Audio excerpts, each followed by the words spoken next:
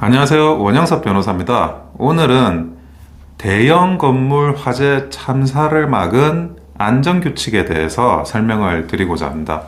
무안공항의 제주항공 참사 때문에 참 많은 분들이 가슴 아파하고 애도를 하고 있습니다. 저 역시 마찬가지입니다. 그런데 지난 3일 경기 성남시 분당구 야탑동에 8층 상가에 큰 불이 일어났습니다. 여기 310명이나 되는 사람들이 이 건물 안에 있었는데, 이분들이 어쩌면 뭐 큰 피해를 입을 수도 있는 그런 상황이었음에도 불구하고 안전규칙이 잘 지켜져서 모두가 인명 손실이 없이 무사했다라는 것입니다. 불은 1층에서 났습니다. 불이 1층에서 나고, 그리고 환기구를 타고 번져서 건물 외벽을 모두 태워버렸습니다. 그런데 이 상가에서 화재가 적었던 이유는 세 가지가 있습니다. 하나는 방화문이 닫혀 있었습니다.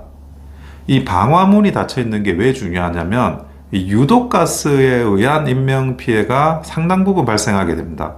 그런데 방화문이 열려 있다 그러면 1층에서 발생한 유독가스가 2층으로 올라가고 3층으로 올라가고 계속 올라갈 수가 있습니다. 그런데 이 건물에서 일어난 화재에서는 방화문이 닫혀 있었다는 거죠.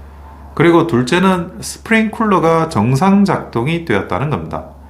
이 스프링쿨러가 사실은 설치만 해놓고 작동이 안 되도록 조치를 해놓는 경우가 많아요.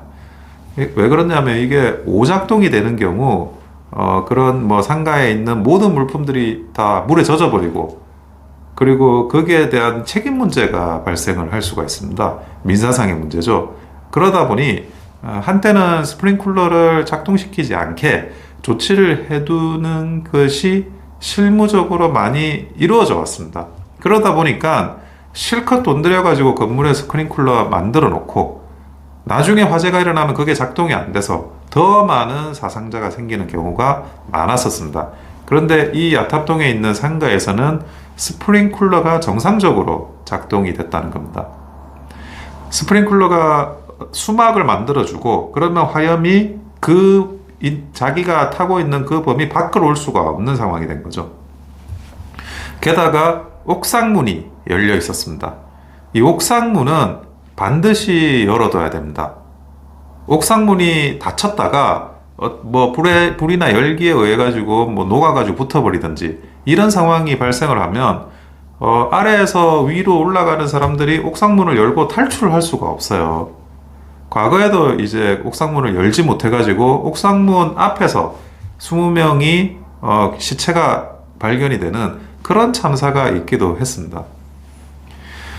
더 가슴을 쓸어내릴 부분은 이 지하 1층 수영장에 초등학생들이 또 강습을 받고 있었다는 겁니다. 만약에 이런 안전수칙이 제대로 지켜지지 않고 스프링쿨러 같은 안전장치가 제대로 작동되지 않아서 초등학생들이 배운을 당했기라도 했다 그러면 정말 국민적인 참사가 될 뻔했습니다. 그런데 이렇게 성공적으로 안전수칙이 적용돼 가지고 참사를 막은 이런 상황들도 저는 많은 홍보가 필요하다는 생각이 들어요. 이런 내용들은 시공사도 알아야 되고, 그리고 그 건물을 관리하는 관리단도 알아야 되고, 그리고 그런 건물과 관련해 가지고 어떤 지휘 감독을 하는 그런 관청도 이런 예방적인 조치들, 그리고 안전수칙을 지킴으로써 대형 참사를 막을 수 있었다는 거, 이것이 홍보가 되고 알려져야 된다. 저는 이제 그런 생각이 많이 드네요. 우리가 안전 때문에 인허가 받을 때 굉장히 고생하시죠. 시공사도 설계사도, 그리고 건축주 입장에서도 이게 불필요한 비용이 지출되는 게 아닌가라는 생각도 많이 하실 수가 있어요. 하지만 이번에 이런 야탑동에 있는 8층 상가의 화재 사례를 보면 결국에는 이 안전에 대한 조치들이 정말 큰 돌이킬 수 없는 인명 손실을 막을 수 있었다는 것, 그것을 반드시 기억을 해주셨으면 좋겠습니다. 이상 원영섭 변호사였습니다. 좋아요와 구독은 큰 힘이 됩니다. 감사합니다.